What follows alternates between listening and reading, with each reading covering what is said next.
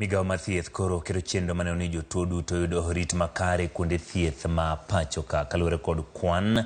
Achiel kuom jotuo 10 yudo hinyruok seche mag thieth moyangi nyasi ma World Patient Safety Day mobagi odiochieng' ma kawuono e boma ma Nairobi. Jagoro mong'ere migao mar thieth Uganda Mary Mudhoni lero ni migao mar thieth koro timo chenro mar tiego jochiw thieth maromo 1,000 mondo giyud lony madwarore rito jotuo ka bende giketo chike 4 maketo motegno yore mag thieth. Mudhoni bende ne wacho ni tudruok maber e kind jotuo kod jochiw thieth nyalo konyo duoko piny hinyruok mar jotuo.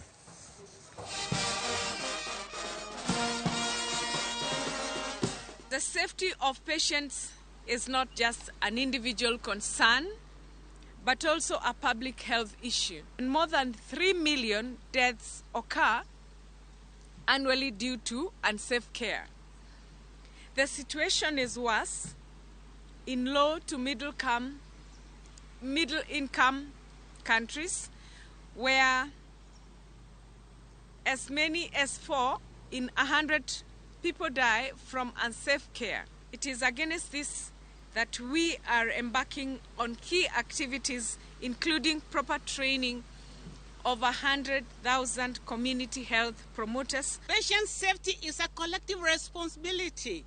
Health system must work hand in hand with patients, families, communities, advocates for their own informed choices and how to be. Every person can receive safe, dignified, and compassionate care.